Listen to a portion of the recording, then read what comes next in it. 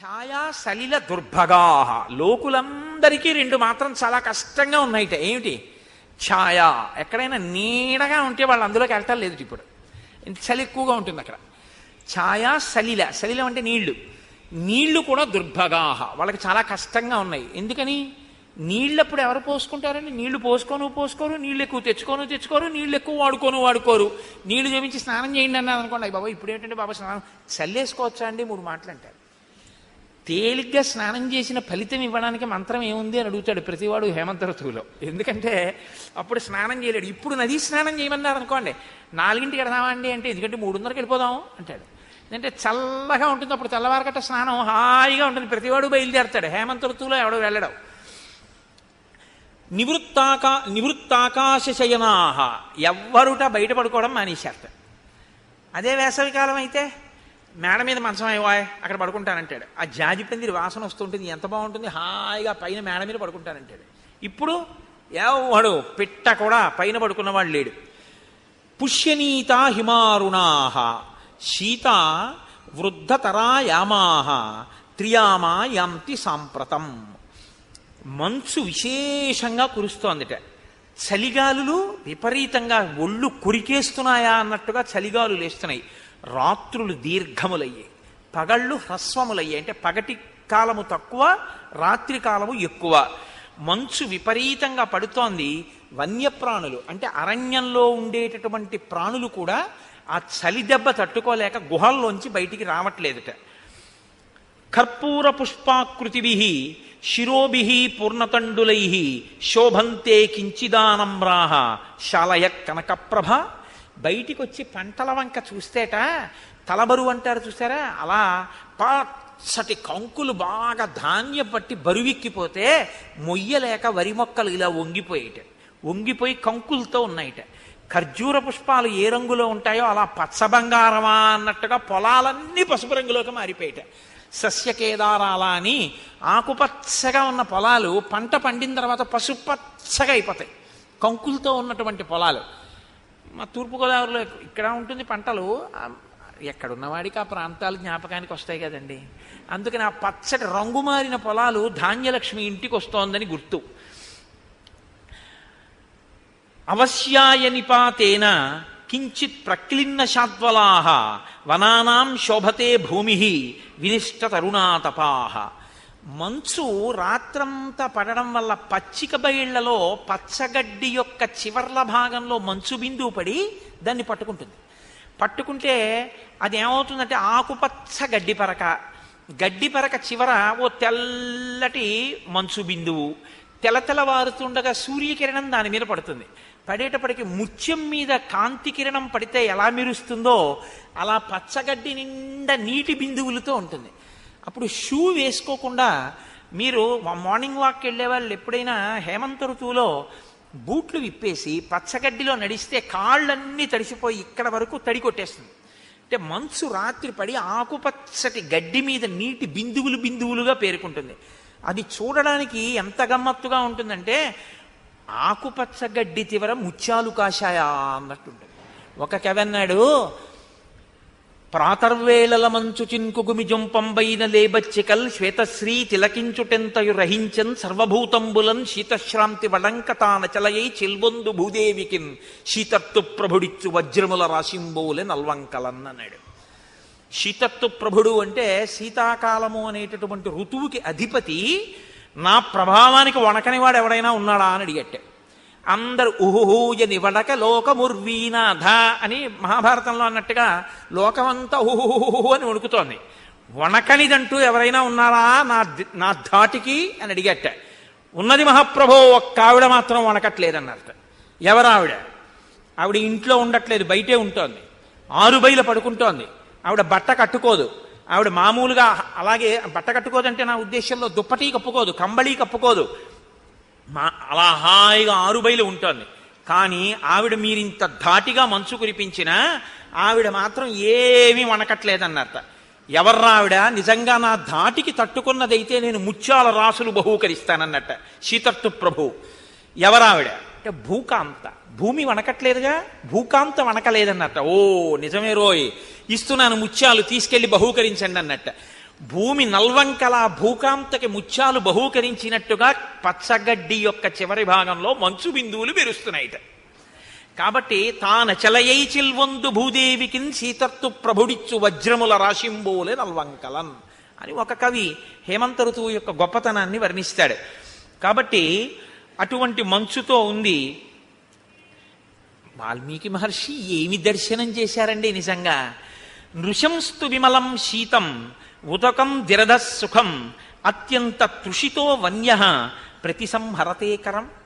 ఒక ఏనుగు కొంచెం నూనె పదార్థం ఎక్కువ ఉన్నటువంటి దాన్ని తినేసింది రాత్రి. అంటే దుంపలో తినేసింది అనుకోండి, దానికి దాహం వేసింది. మీరు రాత్రి నూనె పదార్థం ఎక్కువ తినేసి పడుకుంటే రాత్రి తెలివి వస్తుంది దాహం వేసి. కాబట్టి బాగా దాహం వేసింది. అది ఇప్పుడు నీళ్లు తాగుదామని తెల్లవారకట్ట 3:30-4 గంటలకి నది ఒడ్డుకు వచ్చింది. నది ఒడ్డుకు వచ్చిందిట. నీళ్లు తాగాలి. నీళ్లు తాగాలంటే ఏం చేయాలి?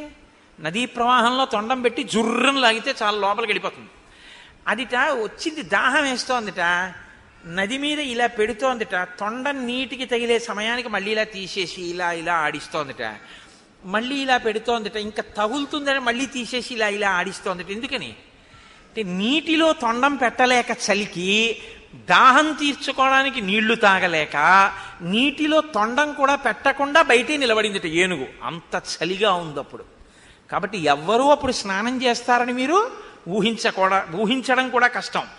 అసలు మహర్షి ఏమి దర్శనం చేశారండి. ఆ ఋతువర్ణనం వాల్మీకి మహర్షిని ఆదర్శంగా తీసుకున్నారు. తర్వాత కాళిదాసాది కవులందరూ కూడా ఏతేహి సముపాసీన విహగా జలచారిణ నావగాహంతి సలిలం అప్రగల్భ ఇవాహనం. అక్కడ ఉండేటటువంటి ఇవాహవం పిరికివాళ్ళైనటువంటి సైనికులు యుద్ధభూమి వంక చూసి యుద్ధభూమిలోకి వెళ్లకుండా, యుద్ధం చేయకుండా బయటే కూర్చుంటే ఎలా ఉంటుందో అలా జలపక్షులన్నీ కూడా నీళ్లల్లోకి వెళ్ళి నీటి మీద వాళ్తాయి. అదో చిత్రంగా ఉంటుంది. మీరు ఎప్పుడన్నా చూశారో లేదో. హంసకారం డవాకీర్నాహవాపీ పద్మోత్పలాయుతాహ అని వాల్మీకి మహర్షి వర్ణిస్తారు. ఆ నీటి పక్షులు ఉంటాయి. ఆ నీటి పక్షులు అలా నీటి మీద వాలినట్టే కూర్చుంటాయి చక్కగాను. కొంగలు కూడా నీటిలోనే కాలు మీద వేసి కూర్చుంటాయి. ఈ జలపక్షులన్నీ, వాటికి జలపక్షులని పేరు ఎందుకంటే నీటిలోకి వెళ్ళాలి. అవి ఏవి వెళ్ళలేట, అన్ని ఒడ్డున కూర్చున్నాయిట సమూహాలుగా. ఇవి ఎలా ఉందిట, ఎదురుగుండా ఉన్నటువంటి నది శత్రు సైన్యంలా ఉంటే అందులోకి వెళ్ళడానికి భయపడినటువంటి పిరికివాడు వెళ్లకుండా అవతల ఒడ్డున కూర్చున్నట్టు జలపక్షులైన తాము జలంలోకి వెళ్లకుండా చలికి భయపడి యువతల కూర్చున్నాయిట. అటువంటి స్థితిలో సరోవరాల వంక చూస్తే చక్కగాను పద్మాలు ఇలా అరవిరిసి ఉంటాయి. కాకినాడ వెళ్ళిపోతుంటే రైల్లో రాజమండ్రి, కొవ్వూరు, పసివేదల, చాగల్లు, బ్రాహ్మణగూడెం ఆ ప్రాంతాల దగ్గర దొరికింది కదా బెర్త్ అని చెప్పి ఊరికే ముసుగు పెట్టి పడుకోకుండా కిటికీ దగ్గర కూర్చుని చూడగలిగితే ఆ సూర్యోదయ శోభని, ఆ రైల్వే ట్రాక్ పక్కన ఉన్నటువంటి ఆ నీటి కయ్యలలో, కాల్వలలో అరవిరిసి ఉంటాయి తెల్ల తామరలు, ఎర్ర తామరలు, నల్ల తామరలు, పొలంగట్టున్న ఇన్ని తామరలు. వాటి మీద భృంగ వళీచమ కరంద రసాను విద్ద జంగా రగీత వినదై సహసేవనాయ నిర్యాప్త్యుపంత సరసీ కమలోదరేభ్య శ్రీవేంకటాచలపతే తవ సుప్రభాతం అన్నట్టు గండు తుమ్మెదలు ఆ తామరల చుట్టూ ఎగురుతుంటాయి. ఎంత అందంగా ఉంటుందో, ఎంత శోభస్కరంగా ఉంటుందో చూడగలిగితే ఆ దృశ్యం. అలా లేవుట సరోవరాలేవి. ఎందుకు లేవుట ఆ సమయంలో హేమంత ఋతువులు అంటే జర్జరితై పద్మై శీర్ణకేసర కర్ణికై నాళశేషై హిమధ్వస్తై నభాంతి కమలాకరా. మంచు చేత కొట్టబడి ఆ తామర పువ్వుల యొక్క రేకులన్నీ మంచు బరువుకి ఊడిపోయి ఒరిగిపోయేట. తామర తూళ్ళు శుభ్రంగా మంచు చేత కొట్టబడి అవన్నీ కూడా నశించిపోయినట్టుగా శీర్ణములైపోయి, అంటే జర్జరములైపోయి అవి వంగిపోయి ఉన్నాయిట. కాబట్టి సరోవరాల వంక చూస్తే అందం లేదుట, అరవిరిసినటువంటి పద్మాలు ఎక్కడా లేవు. అలా ఉందిట హేమంత ఋతువు. అటువంటి హేమంత ఋతువులో రామచంద్రమూర్తి సీతాలక్ష్మణుడు సహితుడై గోదావరి స్నానానికి వెళ్ళాడు. మీరు భద్రాచలంలో గోదావరి స్నానం చేస్తే చీకటితో ఉండగా భద్రాచల క్షేత్రంలో ఉన్నటువంటి గొప్పతనం ఏమిటంటే సుప్రభాత సేవకి ఎవరు ఉండరు. ప్రత్యేకించి శీతాకాలంలో ఓ 5 6 ఉంటుంటారు. మీరు తెల్లవారుజామున ఏ 4 గంటలకో లేచి గోదావరిలో స్నానానికి వెడుతూ ఆ చలిగాలిలో ఆ రామచంద్రమూర్తి యొక్క శిఖరం వంక చూస్తూ నడుస్తుంటే చుట్టూ వన్యప్రాంతాలు కదండి భద్రాచలానికి. ఆ రాముడు నడవడం, సీతమ్మతో లక్ష్మణుడితో గోదావరి స్నానం చేయడం, ఆ హేమంత ఋతువు, చల్లటి నీళ్లు, ఆ బెగ్గురు పక్షులు, ఆ జలపక్షులు అవన్నీ అలాగే ఒడ్డున కూర్చుని ఉంటాయి. ఆముక్తమాల్యదలో కృష్ణదేవరాయలు గారు వర్ణిస్తాడు.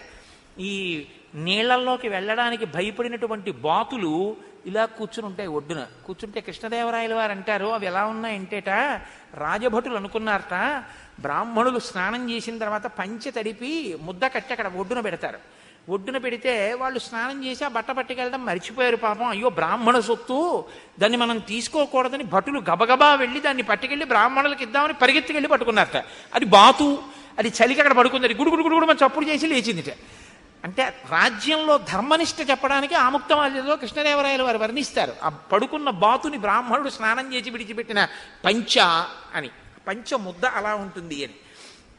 అలా మీరు శీతాకాలంలో భద్రాచలం గోదావరిలో స్నానం చేస్తూ ఆ స్నానం చేసి ఇలా వెనక్కి తిరిగి చూసేటప్పటికి భద్రాచలంలో రామచంద్రమూర్తి ఆలయ గోపురం వామాంకస్థిత జానకీ పరిల సత్కోదండ దండంకరే చక్రంచోద్భకరేడ బాహుజుగళే శంఖం శరం దక్షిణే బిభ్రాణం జలజాతపత్రనయనం భద్రాద్రి మూర్ధిని స్థితం కేయూరాది విభూషితం రఘుపతిం సౌమిత్రియుక్తం భజే.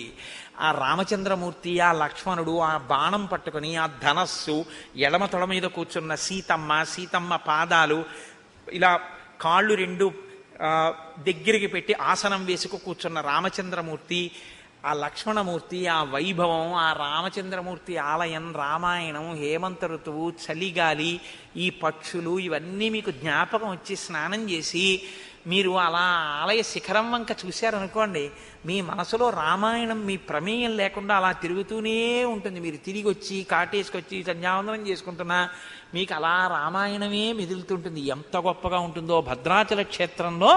అసలు ఈ మార్గశీర్ష పుష్యమాసములు కానీ కార్తీకం శరదృతువుని కానీ భద్రాచల స్నానంలో అనుభవించాలి మీరు ఎప్పుడైనా. ఎంత అందంగా ఉంటుందో. ఈ మధ్యకాలంలో నేను అనుభవించి అక్కడ ఉపన్యాసాలు చెప్పడానికి వెళ్ళి రామాయణం మీద ఎంత ఆనందం అనుభవించానో. అందులో చెప్పింది రామాయణం, ఉన్నది భద్రాచలం.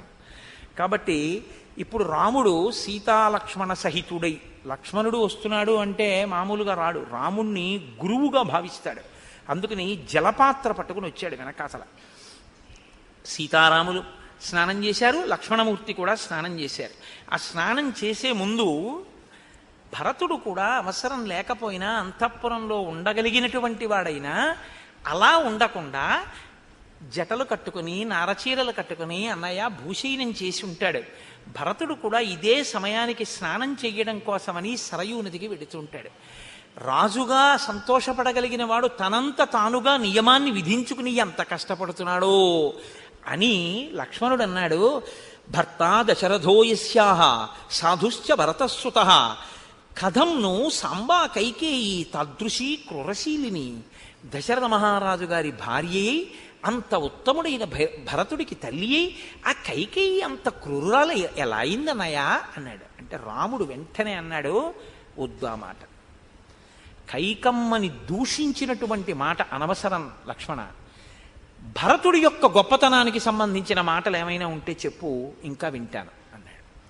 తెల్లవారుజామున లేవగానే పవిత్రమైనటువంటి ఈశ్వర కార్యంలో మగ్నం అయ్యేటప్పుడు ఏ విరోధం ఉన్నా తల్లిదండ్రుల వరస ఉన్నవాళ్ళు, అన్నావదిల వరస ఉన్నవాళ్ళు, అక్క బావగారు, అత్తగారు మామగారు, గురువులు, పెద్దలు, అటువంటి వారిని నింద చేసేటటువంటి మాటలతో ప్రారంభం చేయకూడదు రోజుని. ఇది చాలా దారుణమైనటువంటి స్థితి. అందుకే మనకి లోకంలో ఒక మర్యాద చెప్తారు. నిద్ర లేస్తుంటే నోటి వెంట రావలసిన మొట్టమొదటి ఉచ్చారణ ఏమిటో తెలుసా అండి? ప్రకటనంగా మీ నోటి వెంట ముందు రావలసిన మాట ఇంకొకటి ఉండకూడదు. ఒరే అని కానీ, ఏమేవో కాఫీ ఇచ్చేయి అని కానీ, లేకపోతే నేను వాకింగ్కి వెళ్ళిపోవాలి బూట్లు ఎక్కడున్నాయని కానీ అనకూడదు. మీరు నిద్రమంచం మించి లేవగానే మీ నోటి వెంట రావలసిన మొదటి మాట 3 పర్యాయాలు శ్రీహరి శ్రీహరి శ్రీహరి అనాలి. సంప్రదాయంలో ఎందులో ఉండండి మీరు, శ్రీహరి అంటూనే నిద్ర లేవాలి. శ్రీహరి అంటూ నిద్రలేస్తే ఏమవుతుందో తెలుసా అండి? ఆయన స్థితికారుడు. కాబట్టి ఆ రోజు మీరు తెలివితో ఉన్నంతసేపు చేసినటువంటి పనులను ఆయన రక్షిస్తాడు, మీకు ప్రయోజనాత్మకం చేస్తాడు.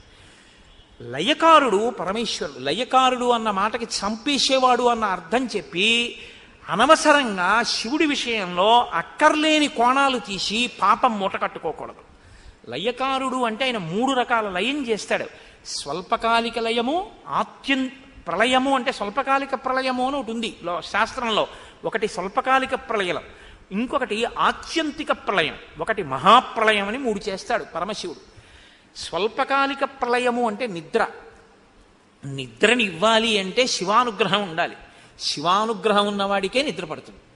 రెండవది ఆత్యంతిక ప్రళయము, జ్ఞానమిచ్చి ఇది వేరు నేను వేరు అని తెలుసుకునేటటువంటి అదృష్టం శివానుగ్రహంగానే వస్తుంది. అందుకే దక్షిణామూర్తి ఇలా కూర్చుని ఉంటారు.